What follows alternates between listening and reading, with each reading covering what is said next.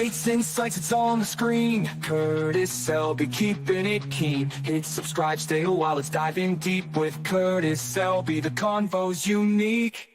Curtis Selby, talking it straight. Let's hear both sides, let's communicate. Politics and reason, let's find the truth. Curtis Selby's here to bridge it for you. The great insights, it's all on the screen. Curtis Selby, keeping it keen. Hit subscribe, stay a while, let's dive in deep with Curtis Selby. The convo's unique. The convo's unique. The convo's unique.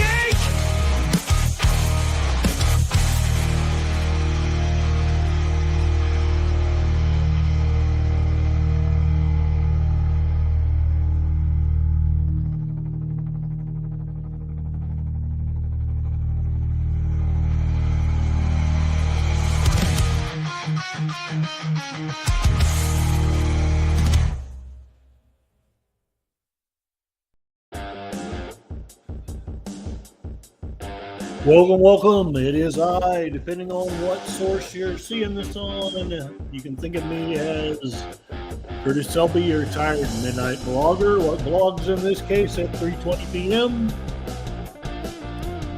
Or you can think of me as the voice of Northern Oklahoma. You can call me Ray. You can call me Jay. You can call me Johnny.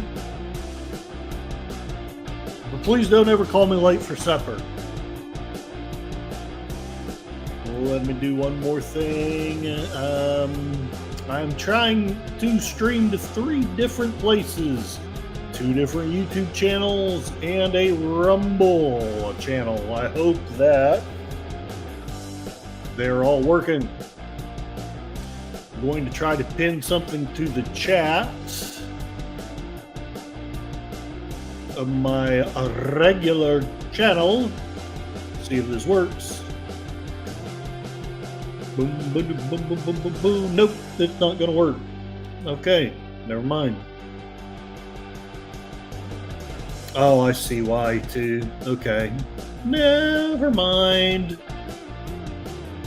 Best laid plans, all that stuff. So, that's what I get for doing all this last minute.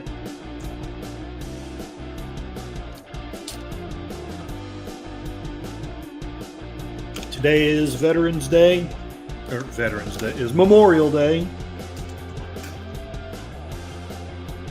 So the title of this podcast is going to be Unmasked Sorrow, Boundless Stars, midnight Memorial Day reflection, even though it's actually 3:21 p.m.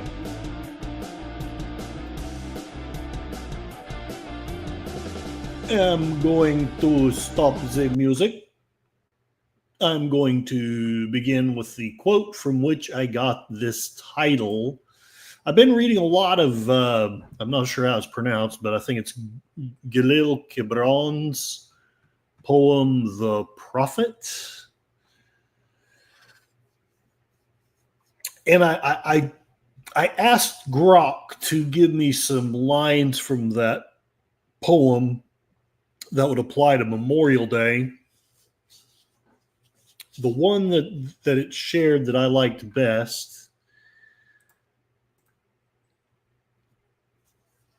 was, "For what is it to die but to stand naked in the wind and to melt into the sun? What is it to cease breathing but to free the breath from its restless tides, that it may rise and expand and seek God unencumbered?"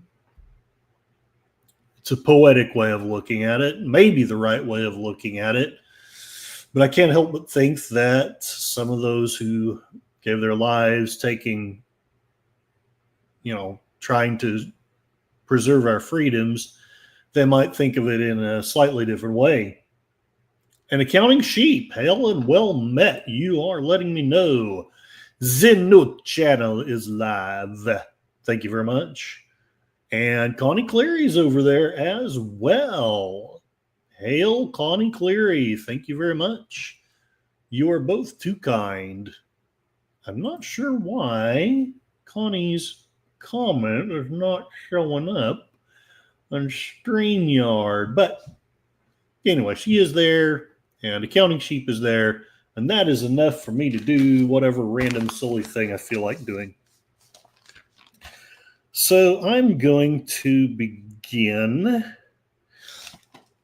with the history of the day. I had done a post last year, but YouTube did not like it, said it was harmful, said it was full of violence and stuff. So I will not be filling this episode with images from battle or anything like that. I'll just simply give you a thing on the history of Memorial Day.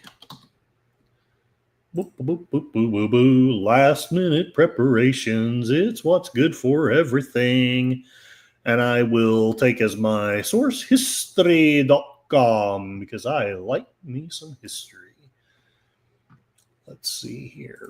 Let's cover up. So yes, my thumbnail comes from the Five Finger Death Punch song, Wrong Side of Heaven. I desperately tried to get several different AIs to alter it so that it wasn't quite just that, but all of them said the same thing. This is copyright. You can't alter it. So I had to jump through some hoops and hold my mouth right. And I finally got something that is still third rate, but at least wasn't just me stealing the thumbnail from that video. May not be much better than that, but at least it's not just a cut and paste, copy and paste. Share. Let me share my screen and we shall talk about the history of Memorial Day. Here we are, all these many soldiers who passed away. This is from Getty Images. It tells us a lot. I have no idea where that's at. I should know probably, but I don't. Memorial Day is an American holiday, observed on the last Monday of May, honoring the men and women who passed away while serving in the U.S. military. Memorial Day 2025 falls on today, Monday, May the 26th. Originally known as Decoration Day, and it originated in the years following the Civil War and became an official federal holiday in 1971. Many Americans observe Memorial Day by visiting cemeteries on memorials, holding family gatherings, and participating in parades. Unofficially, it marks the beginning of the summer season. I know last year I was actually terrified. Maybe I shouldn't put it that way, but I was fearful. I was concerned that we might end up in a civil war by now, and I'm very gratified that we have not. So you can say whatever you want. Maybe Orange Man is bad, but we're not in a shooting war. So I thank God for that. Whether that's because of or not because of Orange Man, I know we can all debate. I'm not really going to worry about it here. The birthplace of Memorial Day and early observances. The Civil War, which ended in the spring of 1865. See, we even got troops here. Look at that. Claimed more lives than any conflict in U.S. history. And they didn't word that quite right. It claimed more lives than any, it claimed more American citizens' lives than any conflict in U.S. history. Obviously, World War I and II both blew it away in terms of casualties, just not American casualties. It required the establishment of the country's first national cemeteries. By the late 1860s, Americans in various towns and cities had begun holding springtime tributes to these countless fallen soldiers, decorating their graves with flowers and reciting prayers. It is unclear where exactly this tradition originated. Numerous different communities may have independently initiated the memorial gatherings, and some records show that one of the earliest Memorial Day commemorations was organized by a group of formerly enslaved people in Charleston, South Carolina. One of the things that bugs me about YouTube not liking my video from last year was I actually shared that. It was black people who helped honor the fallen I thought that it was cool that we should come together as different races, but no, YouTube thought that that was harmful content. So, us treating each other with respect is harmful. Remember that. Anyway, enslaved people in Charleston, South Carolina, formerly enslaved, less than a month after the Confederacy surrendered in 1865. Nevertheless, in 1966, the federal government declared Waterloo, New York, the official birthplace of Memorial Day, because, of course, they did. Waterloo, which first celebrated the day on May 5 of 1866, was chosen because it hosted an annual community-wide event during which businesses closed and residents decorated the graves of soldiers with flowers and flags. I believe we are looking here at the decoration of the tombs of the unknown soldiers. If you can see that. I don't know if you can. I'm not going to play it because I'm just way too tired of being dinged for stuff. So, but if you can see it, it does look cool. Decoration Day on May 5, 1868, General John A. Logan, who was not at all involved with the Logan's Run movie, leader of an organization for Northern Civil War veterans, called for a nationwide day of remembrance later that month. The 30th of May, 1868, is designated for the purpose of strewing with flowers or otherwise decorating the graves of comrades who died in defense of their country during the late rebellion, and whose bodies now lie in almost every city, village, and hamlet churchyard in the land, he proclaimed. The date of Decoration Day, as he called it, was chosen because it wasn't the anniversary of any particular battle, which is kind of hard to do. If you study Civil War history, it's hard to find a date that didn't have a battle on it somewhere. On the first Decoration Day, General James Garfield, who later became president, made a speech at Arlington National Cemetery, and 5,000 participants decorated the graves of the 20,000 Civil War soldiers buried there. Many northern states held similar commemorative events and reprised the tradition in subsequent years. By 1890, each one had made Decoration Day an official state holiday. Southern states, on the other hand, continued to honor the dead on separate days until after World War I. See, hey, Jeff B., howdy. Good to see you. I am doing a random stream for Memorial Day because I can. And over here on the new channel, but unfortunately I can't highlight you guys because StreamYard is being poopy, we have Gorilla Censored Thoughts, Kaplaw. I hope that you caught a big fish, sir. He's saying, oh, look, baby calf is being made out of in that field. Right on. So wrong. Why does it feel so right? Which is probably what the cow was thinking. Okay.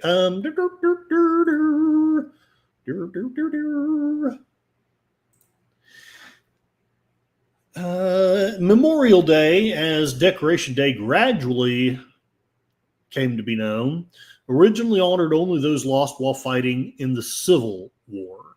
But during World War I have no idea why we've got a big snake in what looks like Madison Square Garden. I guess they're doing the New Year. I don't know. During World War I, the United States found itself embroiled in another major conflict, and the holiday evolved to commemorate American military personnel who died in all wars. That's too distracting. And that's distracting too. Chuck Norris, I avoid these three foods like the plague. And then it has a kind of oddly shaped banana, I guess. I don't know. I'm kind of scared. The holiday evolved to commemorate American military personnel who died in all wars, including World War II, Vietnam, Korean, and the wars in Iraq and Afghanistan. For decades, Memorial Day continued to be observed on May 30th, the date General Logan had selected for the first Decoration Day. But in 1968, Congress brilliantly passed the Uniform Monday Holiday Act, which established Memorial Day as the last Monday in May in order to create a 3-day weekend for federal employees. If you're not a federal employee, you can get stuffed. The change went into effect in 1971, so just the May before I was born. The same law also declared Memorial Day a federal holiday. Yes, I finally figured it out, Jeff B. If I'm really smart, I'll highlight you. Hey, there you go. Look at that. You're simulcasting to both channels. Yes, I figured that this surely would be a stream that I wouldn't get stupid political on, so it should be safe to stream to both places. And while I don't want to completely abandon the old channel, the new channel is the one that's going to need love, unless and until YouTube decides that it's okay to monetize the old one. Because, the old one had harmful content like, black people were really good to white people after the Civil War, even though the white people were sometimes big poop heads. That was harmful content. Don't forget. People being kind to each other, that's harmful content and must be stopped at all costs. All right. I'm not bitter. Take it back. Memorial Day traditions and rituals. Chuck Norris staring at a phallic-looking banana is not one of these traditions or rituals. The internet makes me so sad. Cities and towns across the United States host Memorial Day parades each year, often incorporating military personnel and members of veterans organizations. Some of the largest parades take place in Chicago, New York, and Washington, D.C. Americans also observe Memorial Day by visiting cemeteries and memorials. Some people wear a red poppy in remembrance of those fallen in war, a tradition that began with a World War I poem. It's usually my tradition to read that poem, and if you all have the patience, I will do that here, but I'll finish the thing about the history first. On a less somber note, many people take weekend trips or throw parties and barbecues on the holiday, perhaps because Memorial Day weekend, the long weekend comprising the Saturday, Sunday, and the Saturday and Sunday before Memorial Day and Memorial Day itself, unofficially marks the beginning of summer. Blah, blah, blah, blah, blah, blah. I don't say blah, blah, blah. Welcome to Waterloo, New York. Birthplace of Memorial Day, May 5th, 1866. Visit the Memorial Day Museum at 35 East Main Street. There it is. The U.S. federal government declared Waterloo, New York, the official birthplace, blah, blah, blah. We've got somebody folding a flag here. He kind of looks like, I don't know, for some reason I'm thinking of a young Gorilla's Censored Thoughts, only a lot whiter and with a weird beanie on his hat. I don't know. Oh, look, they're a bunch of women. I'm sorry. I am very sorry, Gorillas. If you take affront, I will totally understand and feel like a jerk. But anyway, women wearing the American flag. I guess nobody told them that that's actually a little bit disrespectful, but it's okay because women in American flags can also be kind of hot. One girl holds a flag of the United States for a Memorial Day honor guard. 5-year-old Imogene Laura Stone, a daughter of a World War I veteran, sits on President Franklin D. Roosevelt's desk and pins a Memorial Day poppy to his lapel in May of 1933, proving he is the better president. He did not sniff her hair. I'm sorry. I had to. A crowd watches an army parade on Memorial Day 1942 in Washington, D.C. I think I see the time-traveling hipster in there somewhere, or maybe it's Waldo. I don't know. A U.S. soldier plays taps at Luxembourg American Cemetery on May 30 of 1946 in a Memorial Day service honoring the American soldiers who gave their lives in World War II. A Memorial Day parade in Gray, Maine feature 17 empty chairs. Empty chairs and empty tables. Each is painted with a veteran's name and displays a helmet. A veteran sits in LA, California cemetery in 1992. U.S. war veterans and active duty personnel watch U.S. Air Force fighters on the deck of the Intrepid Sea Air Space Museum in New York, New York, during the 1997 Memorial Day ceremony. Boy Scouts distributing American flags at Veterans Cemetery, Los Angeles, California, 1993. I had an interesting talk the other day on Resolute Germs channel with Admiral Teague. Talking about how spiffy the Boy Scouts are. Yep. That's all I'm going to say about that. A volunteer at the Vietnam Veterans Memorial comforts a U.S. Marine who lost a friend during the Vietnam War in Washington, D.C., May 26, 1996. A young woman lies down on the grave of U.S. Marine Corps Lance Corporal Noah Peer.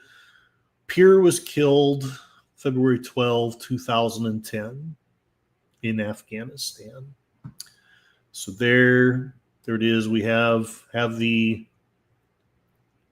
succinct-ish history of Memorial Day. And hey, Whiskey Flats at Garden Railroad.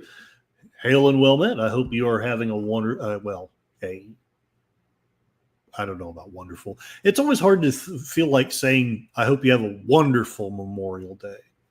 I do want you to have a good day, but it's almost like, there should at least be a little bit of somberness, a little bit of thoughtfulness. I hope and think that most of the soldiers wouldn't want us to just wail in despair, but at the same time, I think it is good, and I know most of us believe a similar way, to at least pause and consider why the day exists. Howdy at John Ponterero. Whiskey Flats Garden Railroad corrects the article, or maybe perhaps I should just say that he amends it. Those are Webelos. Webelos wobble, but they don't fall down. He also says there's a scale replica of the Vietnam Memorial in Enid. I think I had heard that, but have yet to visit it because I don't know. Because I don't. Let's see what's going on in the other channel. Let's see. People are saying hello. People are saying kapla. I wish I could highlight it. It really bugs me that StreamYard won't let me highlight the stream in the other channel. The YouTube overlords are listening. Shh. Gorilla Censored. That was from Jeff B. Gorilla Censored Thoughts. Trip wrecked after I fell in. I know, and I am very sorry about that. Gorilla Censored Thoughts. No, they aren't listening. I haven't been censored yet. Connie Cleary says that's a good thing. And Gorillas says we got a mobile Vietnam memorial that drives through every once in a while. Очень interesting.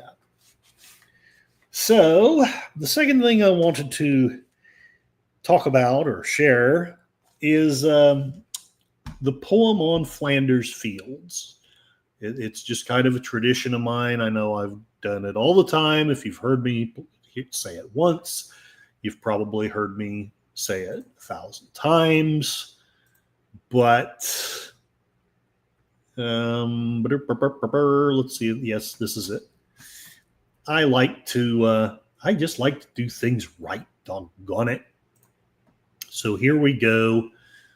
We shall talk about the World War I origins of the poppy as a remembrance signal. Here we have a bunch of spiffy the ex-Kaiser would have to possess more than 9 lives. Blah, blah, blah. Yeah, see, back then you could put stuff up like Kaiser's coffin, and everyone understood that you weren't, you could strangle the Kaiser in effigy. Now I will probably get dinged by YouTube just for talking about it. The World War I origins of the poppy. It started with a poem written by a World War I brigade surgeon who was struck by the sight of the red flowers growing on a ravaged battlefield. Here we've got a poppy. Poppies make you sleep. From 1914 to 1918, World War I took a greater human toll than any previous conflict, with some 8.5 million soldiers dead of battlefield injuries or disease. The Great War, as it was then known, also ravaged the landscape of Western Europe, where most of the fiercest fighting took place. From the devastated landscape of the battlefields, the red poppy would grow and, thanks to a famous poem, become a powerful symbol of remembrance.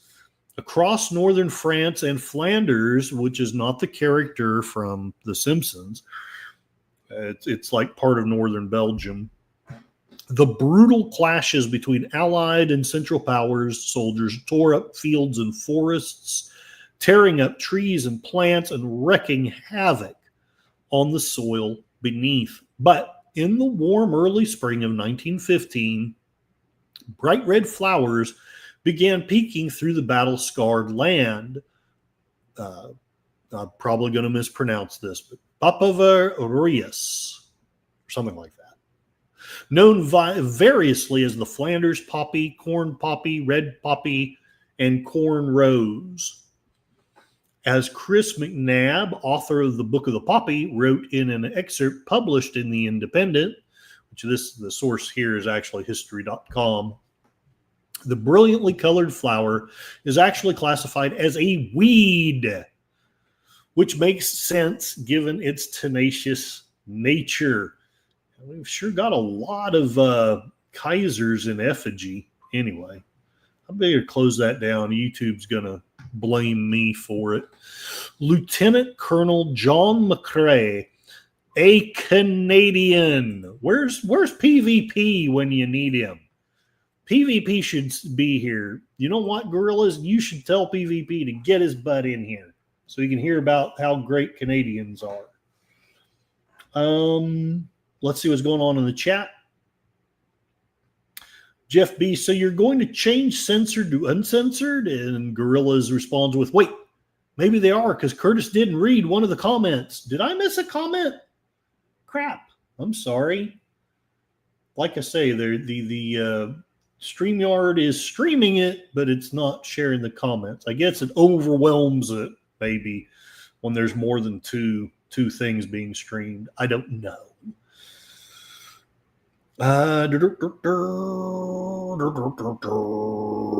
Gorilla Sensor Thoughts. Jeff, there's still time. There's still time.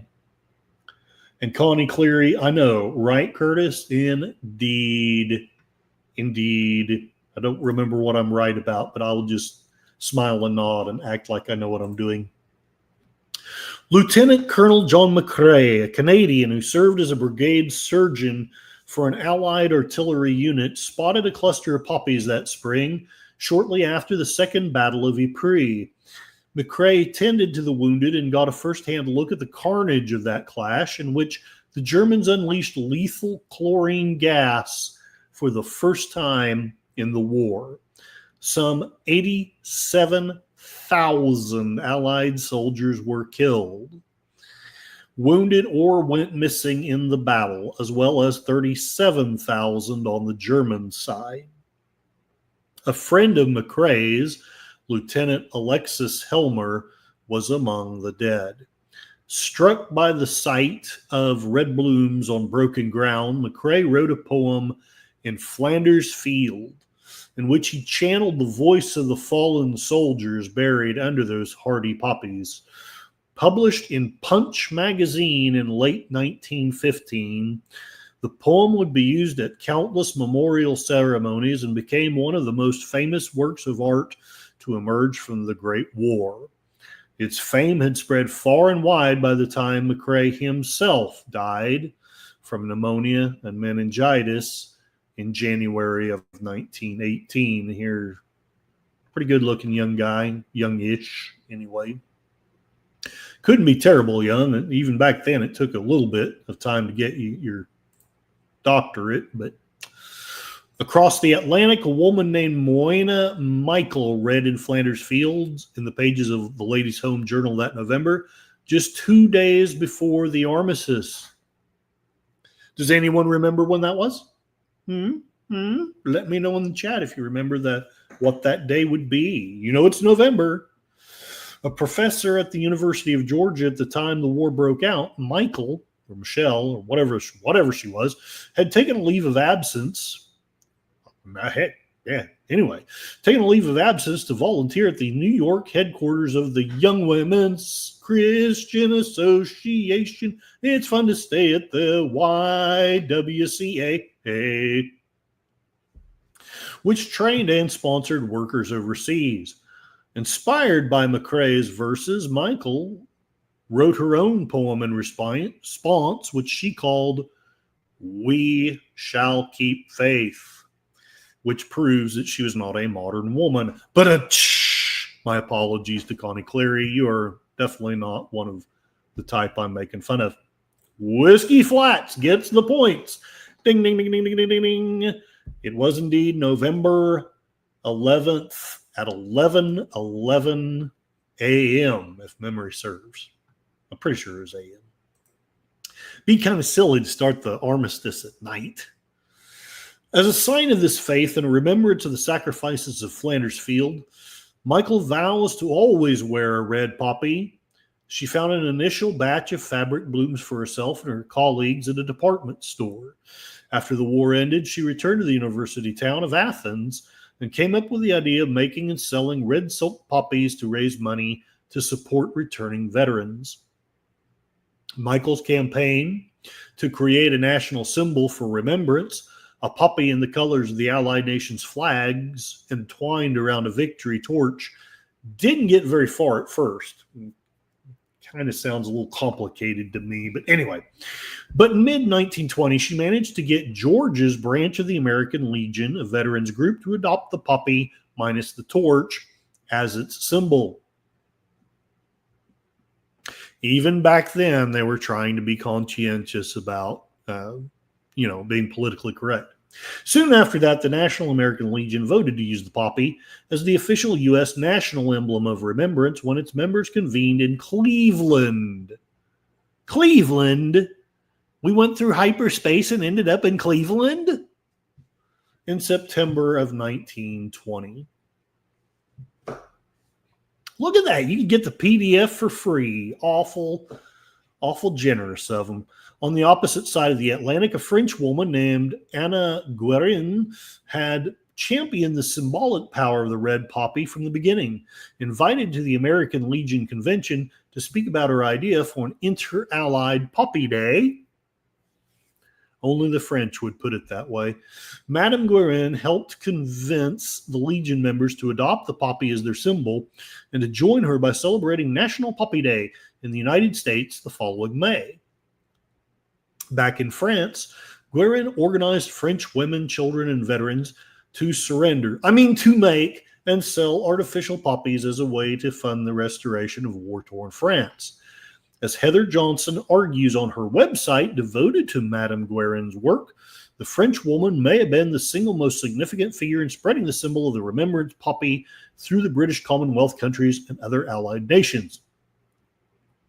Within a year, Guerin brought her campaigns to England, where in November 1921, the newly founded Royal British Legion held its first ever poppy appeal, which sold millions of silk flowers and raised over £106,000, a very hefty sum at the time, which it's not exactly chump change now, but yeah, that was a lot more back then than it is now, to go towards finding employment and housing for Great War veterans. Now we pretty much just tell them to get stuffed.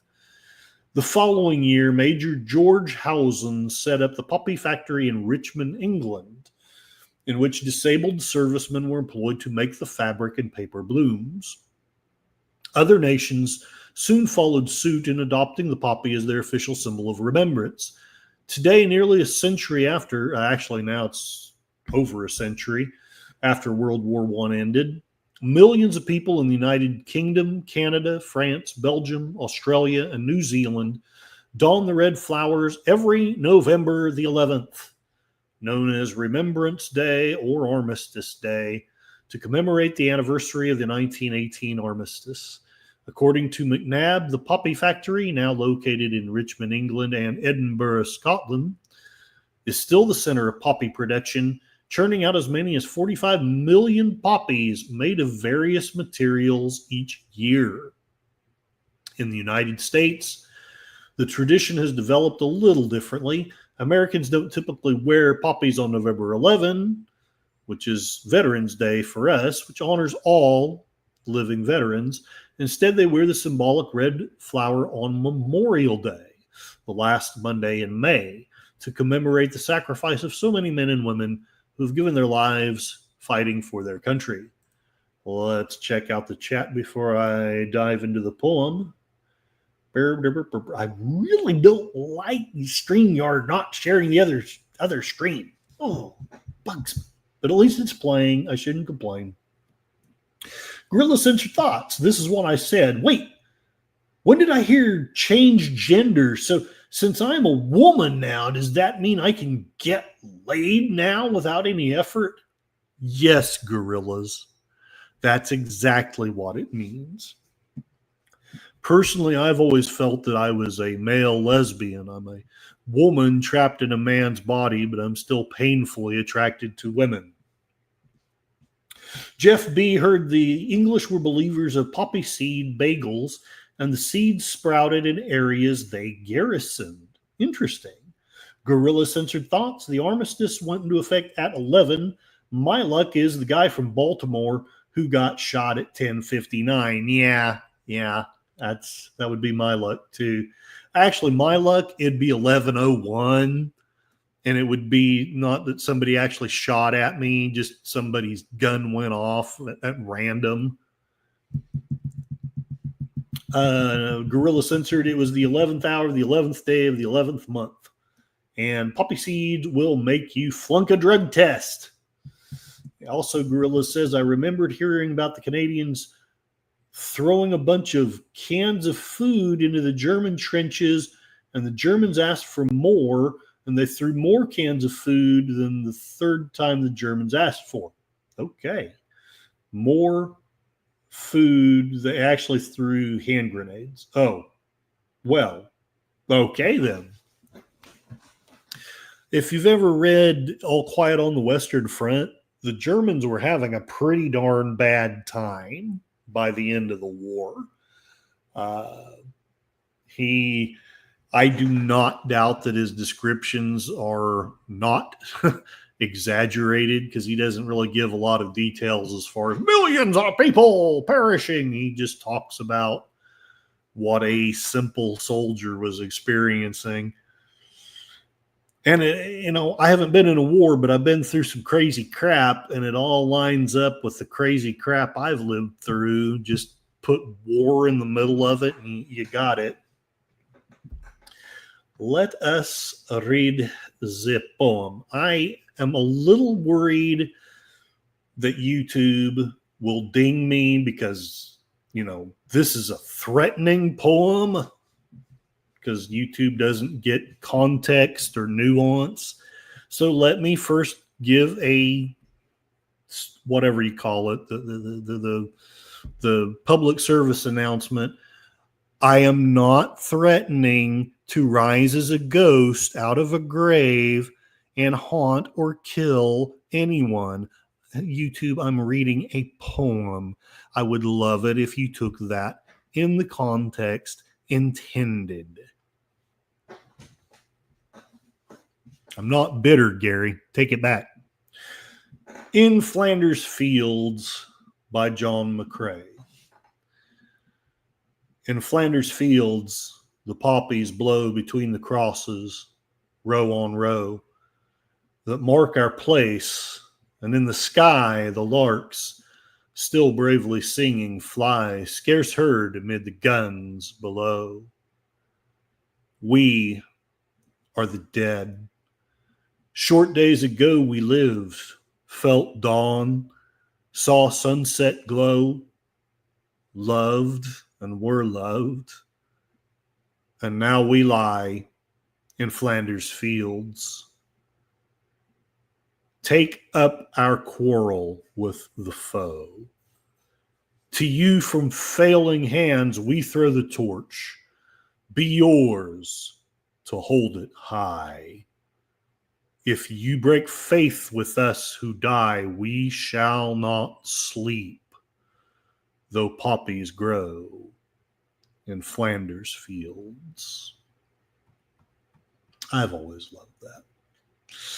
And yes, YouTube, I am not threatening to come back as an undead revenant to try to kill people because they weren't loyal enough to World War I troops. It's in no way part of the message. Hey, PvP's here. Sweet. A Canadian wrote a cool poem. Sci-Fi Sith Dan. Hello there. Hail and well met. Greetings. I know somebody, is it you? One of you is doing a Memorial Day thing, so I'm going to try to make this fairly short so people can go there if they want to. Please leave a link in the chat if you'd like to that stream. PvP was beginning to think no one was doing a stream on Memorial Day. I finally, I lazed around. I grabbed a sandwich. I scratched Cassie between the ears, and then I was like, yeah, I did it last year, and YouTube labeled it as harmful content, but I'm going to try again this year and see if this time I can do it and it not be harmful content. I probably failed, but oh well. You got to keep trying. With PvP, with my luck, the guy would have a bad watch and kill me 5 minutes later. Right? Hey, where'd you go? By the way, John, the guy who wrote that was Canadian. You're correct. John McCrae. He was Canadian, indeed.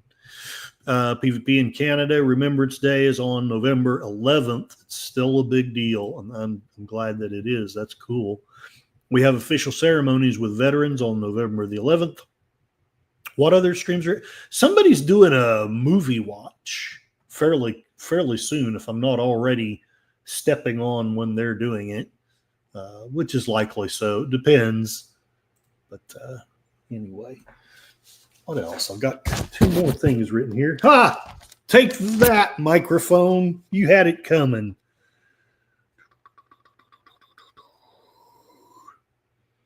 Huh.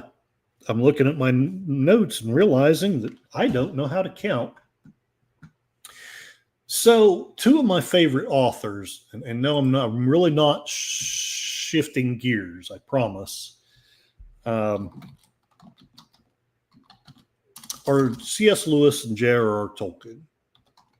I could probably almost do just a whole freaking channel on them. I could bore you to tears with all the stuff that I know that actually delights and enthuses me, but I'm going to talk about their time in World War I, if I'm smart enough to find the website.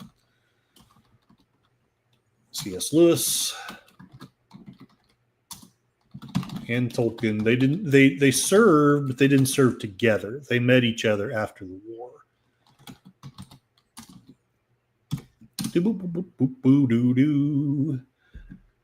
Here we go. I think I shall. There's so many good sites on this too. I hope you guys can see. There's C.S. Lewis. There's some guy. Anyway, Hemingway. That's it. C.S. Lewis, Hemingway. You know what? I think I will go with. No, I don't. I don't think I'll go with that one.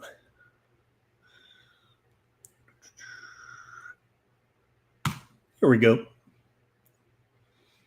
I shall go with worldwar1centennial.org.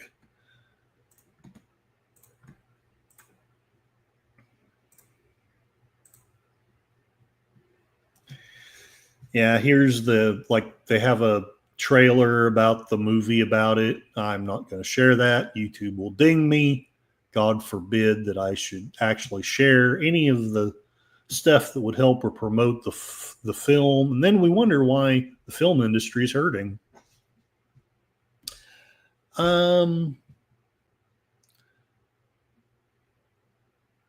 An editor's note here. On the heels of the enormously successful World War I documentary, They Shall Not Grow Old, Fox Searchlight Pictures has released the first trailer of their J.R.R. Tolkien biography, seen above.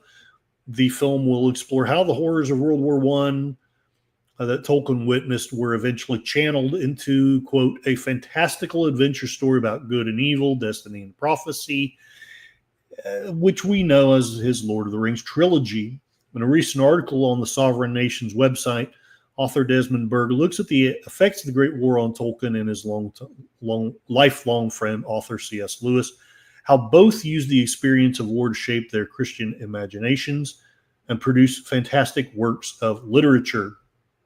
Yeah, I don't know if you knew this, but there's a lot of scenes in The Lord of the Rings that, yeah, he put in fantastical creatures, but it's basically just, I mean, not just, but it's him artistically reliving stuff in the war. The siege of Rohan, a lot of that came from his experiences in the war. When the hobbits are crossing the marshes of Morva and they fall into the marsh and there's dead people down there. Yeah, I mean, they weren't undead things, but that actually happened to him. He was crossing a marsh in the Somme, fell into the pool, and there are just tons of dead people down there. It was horrifying. Okay, now I'm going to read. In the spring of 431 BC, wait a minute, they're shifting their gears on me. I'm getting whiplash from this gear shift. Athens and Sparta went to war. Their dispute soon enveloped the entire Greek world. Thucydides, an eyewitness to the fighting, wrote that it would be more momentous than any previous conflict, and he was right. Dragging on for 27 years, that's right, even longer than the War on Terror. Think about that. The Peloponnesian War anticipated the suffering and deprivation associated with modern conflicts, the atrocities, refugees, disease, starvation, and slaughter. The war destroyed what remained of Greek democracy and left the Greek city-states vulnerable to demagogues and foreign invasion. 100 years ago, on November 11th of 1918, another war, begun by two European states, a local squabble that escalated into global conflict, came to an end. Struggling to describe its scope and destructive power, the combatants called it the Great War. Like its Greek counterpart, the war ravaged soldiers and civilians. Over the course of 4 years, roughly 20 million people were killed. It's about 5 million a year. And I'm not going to be political, so I'm not going to say what I want to say. But the coup did not, I think, kill 5 million people in the United States in that year. Maybe it did. Somebody let me know. Maybe I'm wrong. I was thinking it was less than that, but maybe it was more. Anyway, I got political, so I'm a big dumb dodo head. Another 21 million were wounded. National economies were ruined. Empires collapsed. The war to make the world safe for democracy left European democracy in tatters. And more than that, the core commitments of Western civilization to reason, truth, virtue, and freedom were thrown into doubt. T.S. Eliot saw the post-war world as a wasteland of human weariness. Quote, I think we are in a rat's alley, he wrote. where the dead men lost their bones, unquote. Many rejected faith in God and embraced materialistic alternatives, communism, fascism, totalitarianism, scientism, eugenics, and modern mainstream media. Yet two extraordinary authors, soldiers who survived the horror of the trenches, rebelled against the spirit of the age. J.R.R. Tolkien and C.S. Lewis, who met at Oxford in 1926 and formed a lifelong friendship, both used the experience of war to shape their Christian imaginations. In works such as The Lord of the Rings, the Space Trilogy, and the Chronicles of Narnia, Tolkien and Lewis rejected the substitute religions of their day and assailed utopian schemes to perfect humanity. Like no other authors of their age, they used the language of myth to restore the concept of the epic hero who battles against the forces of darkness and will to power. Here's a spiffy image of a dapper young J.R.R. Tolkien in 1916. Pretty good looking guy. I like the stash. Wish I could grow a stash like that. So here we are. There's a whole article. I will read it if you guys have the patience for it. Let me know if you don't. Where are we at? There are people in the chat. PvP, I'm a YouTube junkie. I get lonely without my YouTube friends. I get it. I do. If I didn't have Cassie, I would be even worse. John Ponterero, I am harmed and feel endangered by your content. PvP, didn't Tolkien hate the war? Yeah, well, they both did. I can barely, I can't actually imagine it, but I can barely imagine a sane person not hating that war that was actually involved in it. The only reason I say I can imagine it is because if you ever watch the documentary, I can't remember what it's called, but they did a project from the late 90s till the death of the very last surviving World War I veteran. They got the surviving vets, as many as they could, and they interviewed them. All of them except one. Every last one of them except one said, oh, it was terrible. It was this. I lost my foot. I lost my friend. I had shell shock for a while, this and that. He was like, oh, it was bloody fun. We ran around and killed Germans. It was the best time of my life. It was bloody fun. And since he didn't kill anyone after the war, I kind of have to assume he was sane. But yeah, he was the only one that said that stuff. Yes, PvP. Hemingway drove an ambulance in the war. I almost got an article with him in it as well, but I decided I'd keep my focus. But yeah, Hemingway, the war was very formative on him and his writing too. The film industry is hurting because they choose to make bad films no one wants. Yeah, agreed. John says that Rumble is 5x5. PvP, one of my granddads fought in the war trenches in France. He shaved his head to deal with lice. Yeah, I've heard similar things. It was nasty. He was captured by the Germans but escaped. Well, I'm sorry he was captured, but good on him for escaping. You're made from tough stalks, good sir. To this day, I realize if he had died, my mother would not have existed, and I would not be here to type this. Doctor Who would not have allowed that, PvP, rest assured. It would have been the cool Doctor Who from the past, not the current crappy one. The current crappy one would have, who knows what it would have been. PvP says that folks say history does not matter are fools. I agree with you. History is has been one of my favorite topics since I was, since I could read. PvP, just like folks that say their vote doesn't count are fools. One writing was won by one vote in the federal election. PvP, the war was bloody, but not fun. I tend to be of your, I concur with you on it, but I'm just sharing what this gentleman said. He was 98 and survived World War One.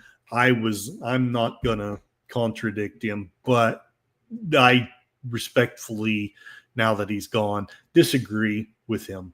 Fixed points in time, indeed. Let's see what's going on in the chat.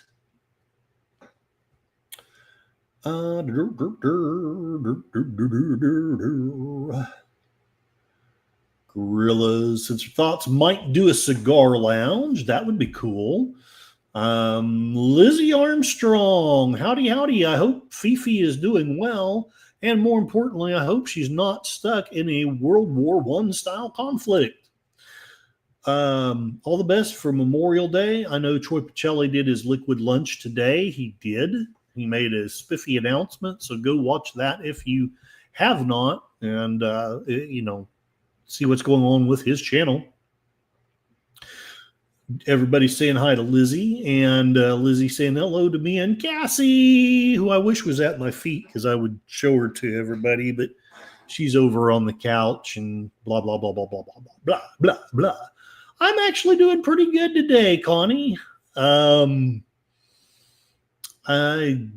not having to work today and eating without like overstuffing myself, and I've had a good cup of coffee, and it's been a pretty good day.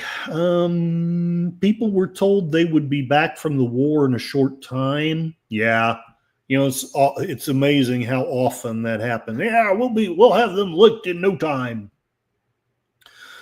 All wars use the Middle East continent to access Europe. Lizzie says, just waking up, Fifi. Everyone's saying hi to Fifi. And thank you, Connie. It is good. How was the wedding? Let me know how the wedding was while I go back to reading about my heroes.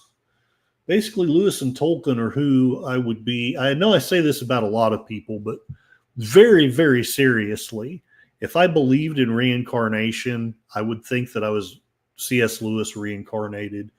Only evidently C.S. Lewis sinned more than he thought he did, because this life's not been the same. We'll put it that way. I'm not going to say it's been bad, just not. I'm not a college professor. I'm not a multi-million selling book author. But having said that, I've had some really hot girlfriends. So maybe it all pans out. Maybe. Back to the article. Articles. Tolkien Lewis and the Lessons of World War I. I don't think this is very long. So, and this, he's already said that. What the heck, you guys? They're trying to play with my head. Oh, I see what they're doing. It's like weird and behind some kind of a, maybe not a paywall, but it's behind something. So I can't read any further. Dag nabbit. So exasperating. I hate the internet sometimes. Let's see if this works. That's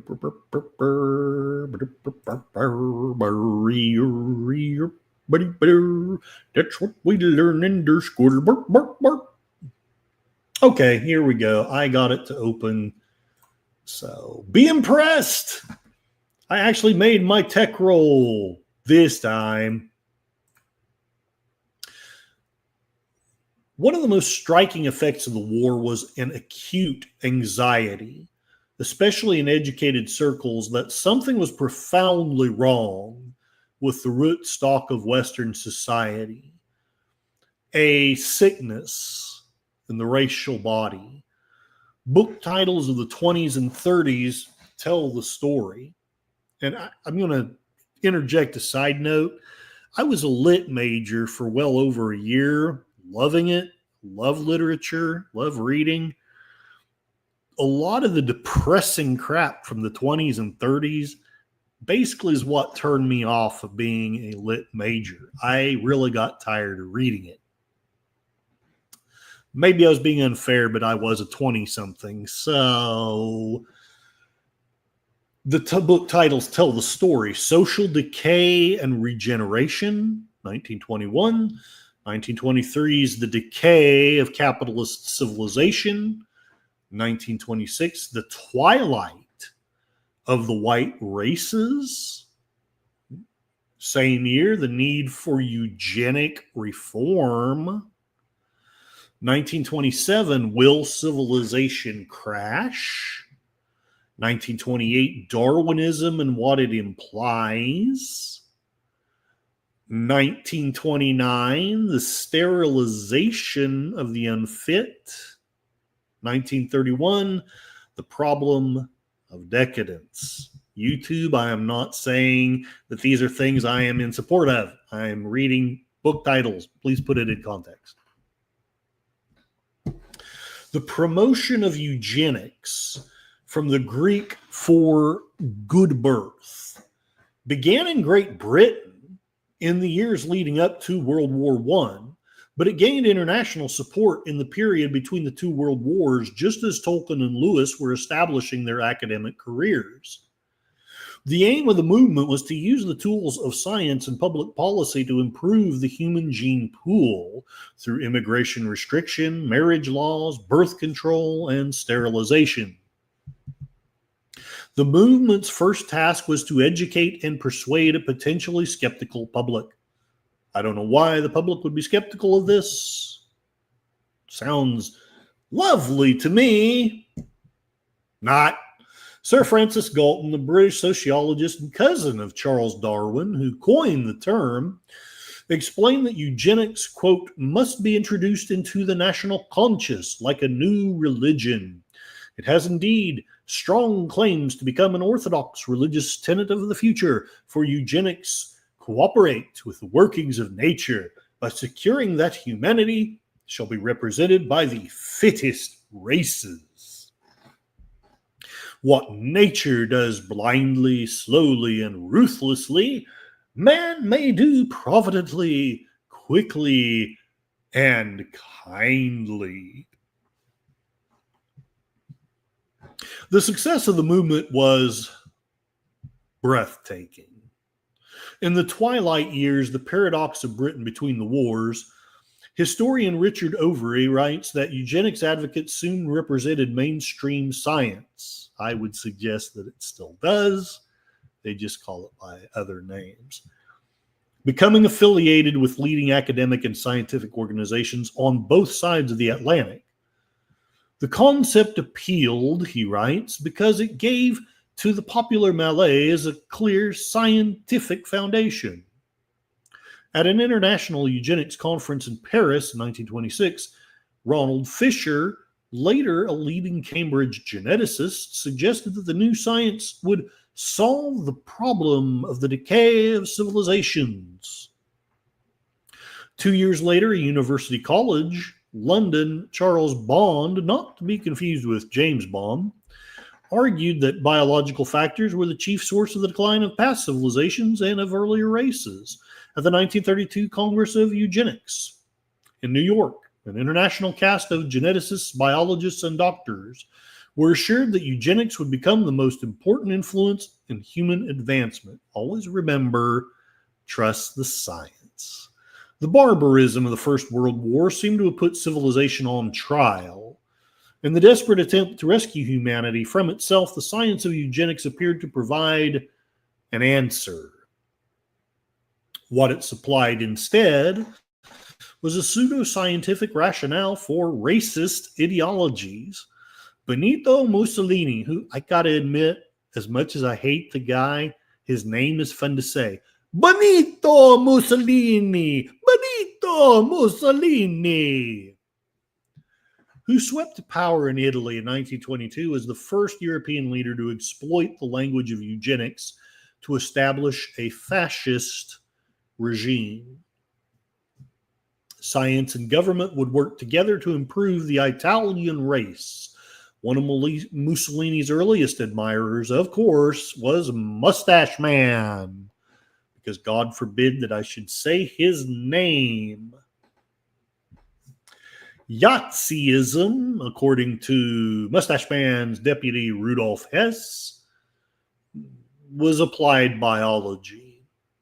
The Aryan race was the eugenic ideal, and maintaining its purity became the focus of Mustache Man's national policy. It's been a bit since I checked out the chat. Let's see what you poor folks are saying while you're listening to my angry diatribe.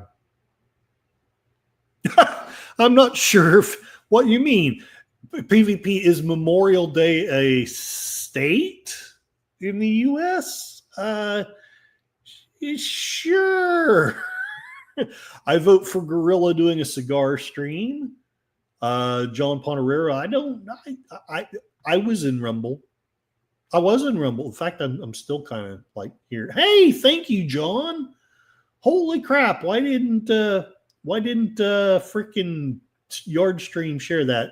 John Ponterero has generously given me a $10 Rumble super chat. God bless both John and Rumble, because YouTube ain't going to let me have it.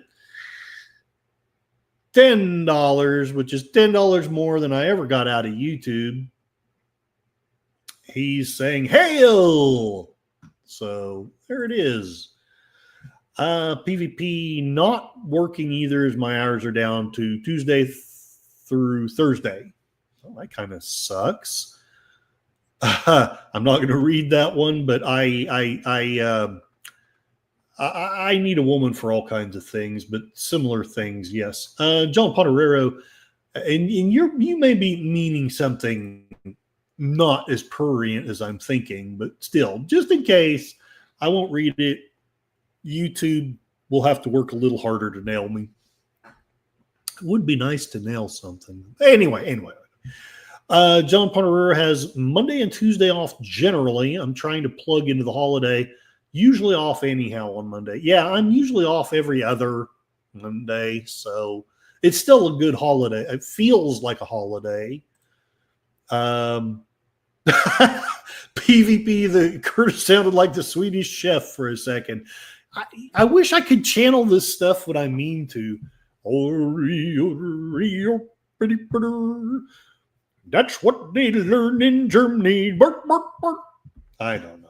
I can't do it when I want to. What's sad is the problems from a century ago are still with us. Yeah. Even worse, as governments are promoting it now. And what's great is they gaslight us and they say, oh, it's the opposition. It's the opposition that thinks that way. We don't. We're the good guys. John Ponterero, Snidely Whiplash. Yeah, it is a state holiday. It is a state holiday. It was proclaimed in 1971 to be a 3-day, like a holiday weekend thingamabob, like Christmas. Hey, and then we have Connie Cleary in Rumble. So all the happening with it people. Oh, okay, 2 of the happening with it people are in Rumble. I couldn't even make myself joke about it. You guys are just too cool for me to shaft you like that. PvP gets off whenever he can.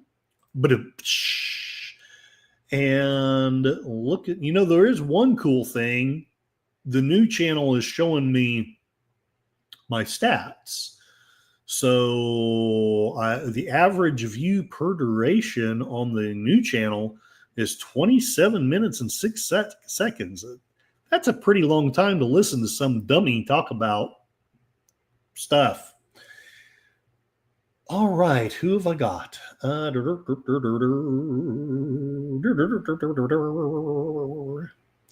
Okay, Lizzie is saying, hope you had a nice time at the celebration, Connie. Connie is saying the wedding and the reception was fabulous. Thank you for asking. Jen and Antonio looked amazing. And we've got PvP, so he's over here too. Darn closed window. Ha ha ha. Ha ha ha. I don't know. I just felt like doing that. There's a brochure the government put out that is very disturbing. Ooh. Can't post it here.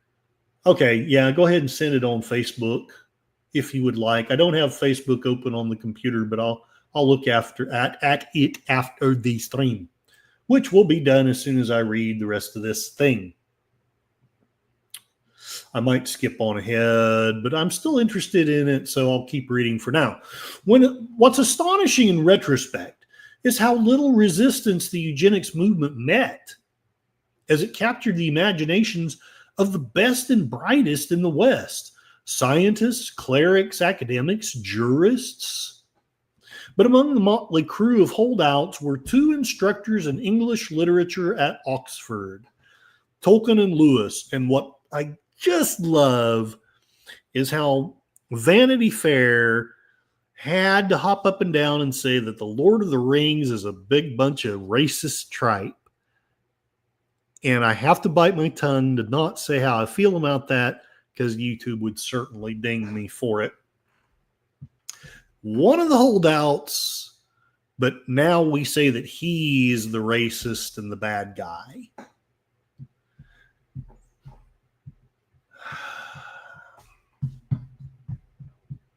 Anyway, they enlisted their literary talents to confront eugenics. So okay, let me spell this out. I think most of you in this chat are intelligent enough to understand this, but just in case there's somebody who isn't, or just in case maybe one of you just rolled a 1, because that happens even with intelligent people, right? The orcs in Tolkien's Lord of the Rings, number one, they are a fictional race. He is not saying literal races are better than literal races. He's saying he set up a fictional race that has literally been demoniacally altered from the way it was created to be something horrible and terrible and wicked and despicable. That's the first point that Vanity Fair fails to point out. The second thing is, this fictional race is the one that practices genocide and eugenics and all the terrible things. The good guys don't practice those things. So Vanity Fair, you can stick it up your collective beeps. Sorry, I had to say that. In That Hideous Strength, published in 1945, the concluding book of his space trilogy, and the space trilogy is pretty cool, Lewis takes direct aim at the assumptions underlying the eugenics agenda. He tells the story of an English couple threatened by a demonic force represented by the National Institute of Coordinated Experiments, or NICE, attempting to take over the university town of Edgestone. The aim of the NICE is to re-educate and remake humanity using the instruments of modern science in a bid for world domination. I did a talk about how it's awfully similar to some of the things we saw a few years ago, and that was harmful material. Lewis's fictional antagonists wage an all-or-nothing contest for the future of the human race. Consider this exchange between Lord Feverstone, a lord of the progressive element of the university and collaborator with the NICE, and Mark Studdick, a university professor that has been drawn into its orbit. Oh, I love this. Feverstone. Man has got to take charge of man. That means, remember, that some men have got to take charge of the rest, which is another reason for cashing in on it as soon as you can. You and I want to be the people who do the taking charge, not the ones who are taken charge of. Quite. Studdick. What sort of thing have you in mind? Feverstone. Quite simple, obvious things at first. Sterilization of the unfit, liquidation of backward races. We don't want any dead weights. Selective breeding. Then real education, including prenatal education, but we'll get on to biochemical conditioning in the end, and direct manipulation of the brain. Studic. But this is stupendous, Feverstone. Feverstone. It's the real thing at last. A new type of man. Lewis links eugenics with the totalitarian impulse. The devaluation of individuals, justified by scientific materialism, can only proceed through the coercive machinery of the state. Lewis was criticized for being anti-science. He denied the charge. Quote, under modern conditions, he wrote in response to a critic, any effective invitation to hell will certainly appear in the guise of scientific planning. Unquote. Although Tolkien shared Lewis's disdain for the eugenic vision, he had been accused of promoting racism in his fictional works. Vanity Fair. In The Lord of the Rings, the free people of Middle-earth, mostly white, do battle with beast-like orcs, sometimes described as black-skinned. Some of the races in his story, critics say, are presented as good and others as irredeemably evil. But the most evocative and moving character in his story is the Hobbit, from a race often ignored, underestimated, and denigrated by others, who emerges as the hero in the first fierce struggle against Mordor. My dear Frodo, exclaims Gandalf the Wizard, hobbits really are amazing creatures. You can learn all that there is to know about their ways in a month. And yet after 100 years, they can still surprise you at a pinch. One of the moral triumphs of the work is the willingness of the disparate races of Middle-earth to put aside their differences and sacrifice for one another in the war against Sauron. Tolkien began writing his epic story in 1937, just as fascist ideologies were dominating international politics, and continued working on it throughout the Second World War. Mussolini had invaded Ethiopia 2 years before, and by 1938, Germany's Jews had been stripped of their civil liberties. The Munich Agreement, signed that year, surrendered a portion of Czechoslovakia to Mustache Man in exchange for a promise of peace. Although Tolkien denied that his work was allegorical, he acknowledged in a 1938 letter to his publisher that his new story, quote, was becoming more terrifying than The Hobbit. The darkness of the present days has had some effect on it, unquote. One of the narrative threads of The Lord of the Rings can be read as a conscious assault on the entire racist totalitarian campaign. The key to understanding the moral universe of Lewis and Tolkien can be found in a brief exchange in The Lord of the Rings, in Aragorn's answer to Éomer, who asks how they ought to respond to the storm of evil thrust upon them.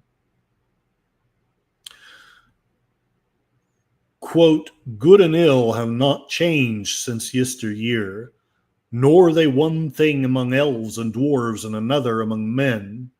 It is a man's part to discern them, unquote. The same vision animates Lewis's Chronicles of Narnia. All of its various creatures, bears, badgers, horses, moles, mice, along with the group of English children, are summoned to rescue Narnia from despotism and restore its rightful line of kings.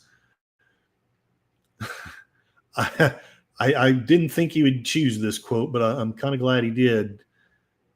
Quote, I'd rather be killed fighting for Narnia, says Jill, than grow old and stupid at home and perhaps go about in a bath chair and then die in the end, just the same, unquote. The perspective of these two Oxford friends is remarkable when we consider another of the pernicious effects of the First World War, the widespread erosion of the concept of individual freedom and moral responsibility. Literary critic Roger Sale had called the war, quote, the single event most responsible for shaping the modern idea that heroism is dead, unquote. Consider what the soldiers at the Western Front were made to endure. The mortars, machine guns, tanks, poison gas, flamethrowers, barbed wire, trench warfare. Never before had technology and science so catastrophically conspired to obliterate man and nature. On average, this is something I did not know. I haven't been able to verify it, but I kind of think it's probably true.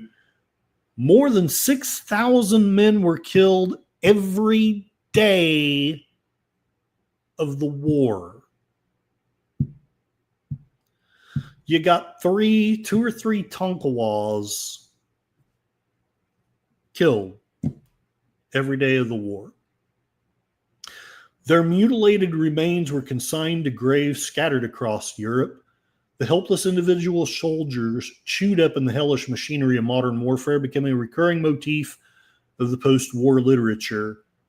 In All Quiet on the Western Front, 1929, which I do love the book, but it's tough. Eric Maria Remarque described a generation of war veterans, quote, broken, burnout, rootless, and without hope. But the purveyors of fatalism found in Tolkien and Lewis implacable opponents. In the worlds they created, everyone has a role to play in the epic contest between light and darkness. No matter how desperate the circumstances, their characters are challenged to resist evil and choose the good.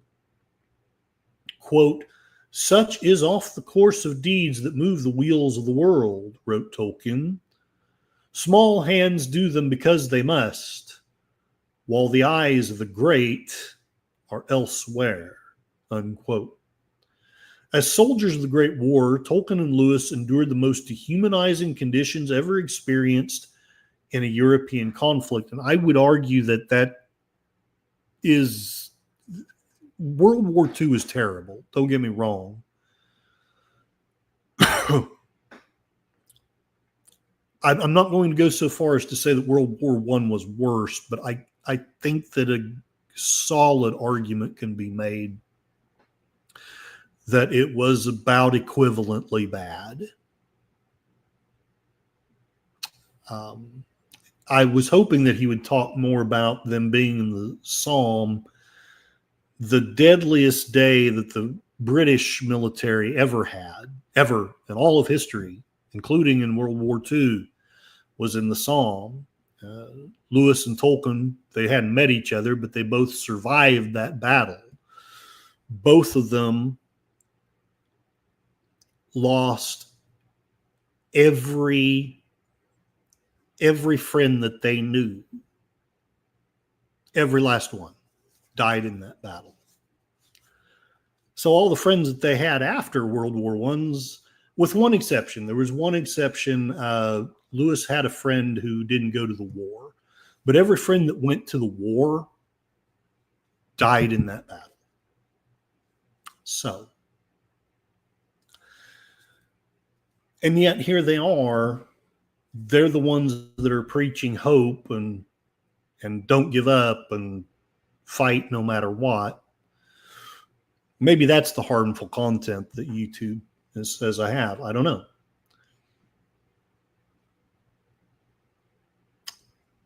Tolkien and Lewis's generation watched with dread as totalitarian ideologies threatened to dissolve the weakened moral norms of their civilizations. Others, such as Aldous Huxley in Brave New World, raised the alarm, and I love that book too, but it does seem pessimistic about the outcome. A New York Times review of that hideous strength discerned in Lewis a different spirit. When Mr. Huxley wrote his bitter books, his mood was one of cynical despair. Mr. Lewis, on the contrary, sounds a militant call to battle. Tolkien and Lewis possessed two great resources that helped them to overcome the cynicism of their age.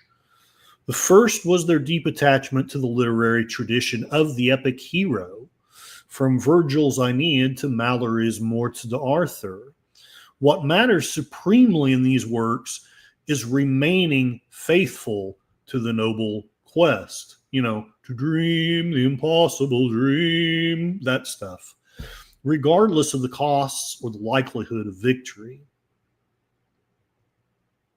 Quote, the tragedy of the great temporal defeat remains for a while poignant, but ceases to be finally important. Unquote. Tolkien explained in his 1936 Parisian Academy lecture on Beowulf, which, by the way, he was one of the world's great authorities on Beowulf. You should read his translation. It's pretty freaking awesome. In the end, quote, the real battle is between the soul and its adversaries, unquote. The second great resource was their Christian faith. Now, I do have to point out something that they don't point out here. Lewis was not a Christian yet in the First World War. He basically hung on just by the skin of his teeth and sheer, just determination. He did become a Christian later. It was largely,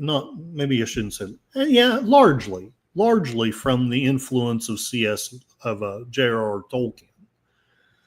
So there were other people as well that were perhaps equally as influential, but Tolkien was the one that basically got him to understand that many, not all, but many of the arguments that we have in our current age are kind of specious and fallacious. That is not to say that you have to be Christian. I'm also not saying that Christianity is proven or anything like that.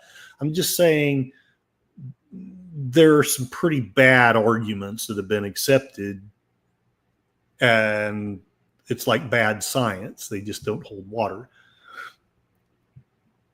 So the second great resource was their Christian faith. It was a view of the world that is both tragic and hopeful.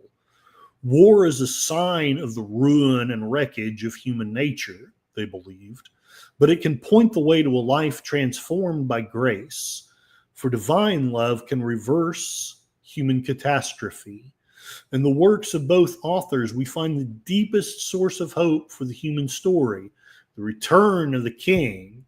In Middle-earth, that king is Aragorn, who brings strength and healing in his hands unto the ending of the world. In Narnia, it is Aslan, the great lion, who sacrifices his own life to restore the long-lost days of freedom. In both, we encounter the promise of a rescuer who will make everything sad come untrue. As the world marks the centennial of the end of the Great War and remembers the many lives swallowed up in its long shadow, here is a vision of human life worth recalling too. So there it is, Desmond Berg. I don't know about you. I thought that was incredibly well written. But again, I'm not saying you have to be Christian or anything. I'm just saying I thought that was spiffy keen. Now let's get caught up in the chat, and then I'm going to call it a stream. Ha ha! Connie, she's over in Rumble. Ha ha ha ha ha ha. YouTube can bite my pasty white ass. Sorry. PvP. What's scary is Manny didn't get what was happening in the 30s. Yeah, that is true. John Pontareri, did they play old time rock and roll or Macarena at the reception? Yeah, there are too many people who don't get what's going on. And frankly, I doubt if any of us knows too well, but Canada is getting towards total chaos. Many Canadians that voted for a useless Liberal government are still smug and ignorant, thinking life will get better. I can actually see Canada breaking apart in a few years. Alberta and Saskatchewan could do separation referendums. John Pontorero, is Alberta really ready to break apart PvP and Saskatchewan? PvP says we need to separate in British Columbia too, but Premier Eby is a boot-licking socialist lackey. There are rumblings in Saskatchewan. The entire West gets screwed by the East. John Pontorero got that feeling, as have I, since I've been listening to some of the same people PvP has been listening to.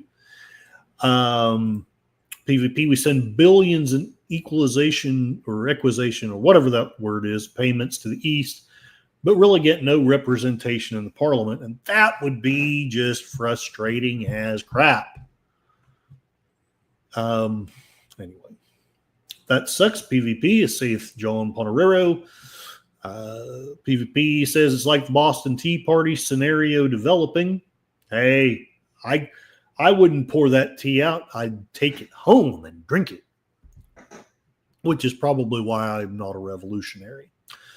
PvP will move to Alberta if they separate. Oh, that's interesting. Canada was a great country when I was younger. Now it's going down the drain. I remember thinking of it as a great country. Well, I mean, yeah, you and I are of a similar age, but I remember in the 90s, I was like, Canada's pretty cool. I might just move there. Now, with respect, I'm kind of glad I didn't. John Pontorero, sounds like a plan. You're always welcome here in Pennsylvania, or you could come to Oklahoma. Lots of cheap land out here. We have crap for healthcare, but we have lots of cheap land. Did I skip something? No, I didn't. PvP, war is humanity at its most stupid. Agreed. I'm very much for the troops, but war is, sometimes you have to defend yourself. You do. But in the end, war just proves that somebody is a dumbass. It may not necessarily be you or me, but somebody's a dumbass. Sad thing is we've had thousands of years of war. It still continues. Humans can be very intelligent. Why do we still have wars and leaders that let their egos control their minds? Why war is considered noble has never made sense. And I used to believe that when I was a kid because I was a dumbass kid. But now that I'm grown, yes, I read stories about people who survive incredible things like Das Boot. That movie, those guys, I got to say, even though they were on the wrong side, my hat's off to them just for their sheer tenacity to survive. But there was no nobleness in the actual cause. There was no nobleness in, hey, let's invade another country and take it. That's just pettiness and sad crap. It's only noble to the leaders in upper class that never got blood on their hands. My granddad didn't see it as noble. He got on a ship with his wife and my mom in 1929, came to British Columbia as far away from Europe as he could get. Well, good on him. And Connie has evidently got a bird because she's saying cheep, cheep, cheep, cheep, cheep. Either that or she realizes how cheap my efforts are. I don't know. PvP as a kid in the 60s, my hometown was like Mayberry.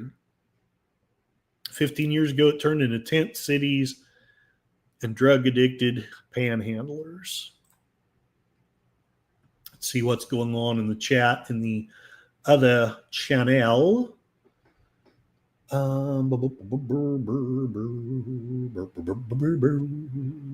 Lizzie Armstrong. Our indigenous folk were in 2 world wars, did not get to vote. Oh, that sucks. They did not get to vote as citizens here until 1969 with Dr. King's movement. Oh, Lizzie, you're much too kind. I'm really just reading a bunch of other people who are more intelligent than me, but I hope some of the commentary was useful and or entertaining. Sounds like Curtis could do a master's in political science. That's very kind. You and Connie are both very kind. Lizzie Armstrong, over 62,000 Australians were lost in World War I. That's tragic. Eric Bogle wrote, the band played Waltzing Matilda. Yes. After attending Art Anzac Day, April 25, here in Australia. Connie, Lizzie is drinking either tea or coffee. And, oh, Lizzie, you're really way too kind. Really smart, nice guy. No wonder he has the lovely Cassie. Well, I lucked out with Cassie. John Ponterero says he spent all of his luck on a good wife. I spent all my luck on a good dog. PvP has great respect for the troops. They are true heroes. I'm not sure. Oh, oh, I see what you're saying. Curtis is not cheap. I may be easy, but I'm not cheap. John Ponterero said it sounded like his kind of reception. I must have missed something in the chat there. What did I miss? Let me get over to Rumble here because I'm missing something. Oh, they did play old time rock and roll in Macarena. So yeah, my kind of reception. Da da da da da da da da da Macarena. I don't know Spanish, but I like to Macarena. Da da da da da da da. Hasta buena. Hey, Macarena. Canada made a huge contribution to World War II. They did. They did. You guys lost a lot of people in that war. It's like, I hate what has been happening because, look, I know nobody's perfect, and the American soldiers could be irritating and so on, but it really did seem like there was a closeness from about World War II till somewhat recently between America and Britain and Canada, Australia. I don't know what to say about South Africa. I need to do more research about them. Don't forget, James Dillon was there on D-Day. Correct. Well, my friends, I think I have said all that I feel like saying. I don't know that I've got anything to sum it up with except that war sucks and is sad. If we really were evolving, I would hope that we would evolve beyond war, but maybe we won't, or maybe it will be many, many thousands of years before we do. I would love that Star Trek Utopia thing, but war is... at least between humans, is going to have to be something we get over if we're ever going to get there. Also, we're going to need some spiffy dilithium crystal, space magic, nearly infinite sources of energy. And then maybe we'll have it. You're very welcome, Connie. PvP, Scotty lost a finger, would have died without a cigarette case. Interesting. Thank you. I'm going to call it a stream because, one, I'm getting tired, but two, much more, and I'm just going to get a swelled head. I'm the best.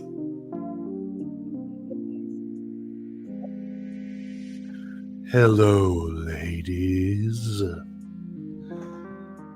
PvP, he survived. And we got 3 seasons with him. God bless Scotty. All right, let's thank and promote everyone, at least in the StreamYard chat. think, with possibly the exception of Lizzie, I think everyone's in here. But I'll thank you too, Lizzie, because you're spiffy and Fifi is gorgeous. Thank you very much, Accounting Sheet. Please check out this gentleman's content. He's got some wonderful parodies out there. And I'm going to have to check his other operation one of these days. Quit staring at the walls and watching YouTube videos and actually check on my friends. Jeff B, thank you very much for the kindness and the comments. Whiskey Flats, check out his content. He's been putting out videos of spiffy toy trains in the garden and incredibly cute puppies. And by the way, if you're interested in a cute puppy, he's got, I don't know that he has them for sale at the moment, but about every year or so, when they have their puppies, they're for sale. So, Weeblos wobble, but they don't fall down. Sci-Fi Sith Dan, another wonderful gentleman here with great content. Go and check out his stuff. Thank you for being here and for the kind comment. PvP also has some content.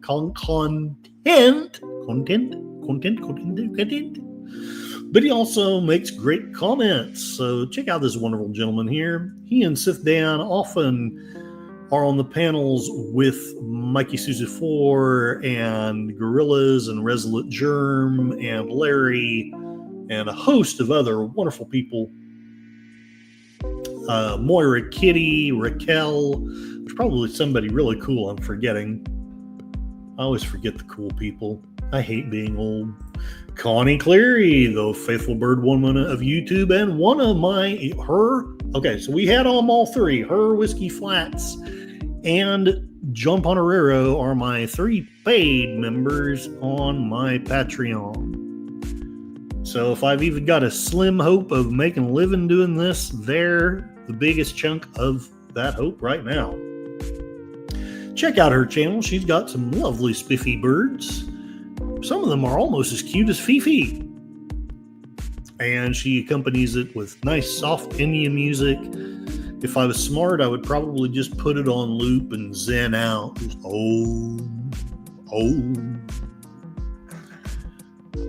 And she's one of the greatest wrenches you'll ever know. Her, Lemon Pie, Lady V. Ostanese. I'm probably forgetting somebody else as well. I just make you all my wrenches because, that way, hopefully none of the jerks get through all of you. Boo-dee-doo-dee-doo-dee-doo. Boo-dee-doo-dee-doo-dee-doo. All right. Don Ponerero, PvP. All right, now back to the other chat. Can't believe I finally got all 3 to go. Thank you very much, Gorilla Sensor Thoughts. Please check out this wonderful person. I believe he is going to have a cigar lounge tonight, and I will at least try to make an appearance and say hi. Tonight's going to be busy, but I will try to say hi. And you guys do too. He's also the wonderful gentleman who made my intro, and if I say so myself, it's pretty cool. So he's got that talent, he's got that programming capacity. He is good people. And he's a gorilla. So even if he didn't, you better say he is. Lizzie Armstrong, thank you very much. I hope you are having a wonderful day. I cannot remember if you have content or not. But she shows up quite often in various communities. One of the funnest communities that she shows up in is Connie's and Dino's. She will show off Fifi like I'll show off Cassie. And we all have a big old time watching these spiffy movies and throwing out memes that would probably get us banned in some communities. But I think mostly, maybe not always, but mostly we know how to kind of keep it within a fairly reasonable line. At least Lizzie has yet to block me, so I think I've kept it in bounds. Fifi heard that. She loves Connie and the birdies. Tweet, tweet. All right, guys, I haven't come up with a newer saying. It feels kind of strange to keep using the old saying when I've got to change stuff. But God bless the troops for keeping us safe. God help us not to get into any more wars. I hope that everyone has a wonderful Memorial time. I'm not saying that we have to be miserable or morose, but maybe take a moment, maybe say a prayer. If you got a few bucks, maybe look up a charity and send a buck or two to a veterans charity. I tried to put a link in the chat, but it wouldn't let me. YouTube, your content is harmful, but we're not going to let you help the troops. Okay. Thank you all very much, and see us later. If I am smart enough to push the button. There's a button here. Look at that. Look at that. There's a button. Ah! Oh, hey, wait. Just before I go. Dad Man Walking. You got here on the very, very last second. But I hope you also are having a wonderful Memorial Day. And check out this gentleman's channel and his wife, Mrs. Dad Man Walking. They have some really cool stuff and some fun watch parties. Take care. And have a good evening.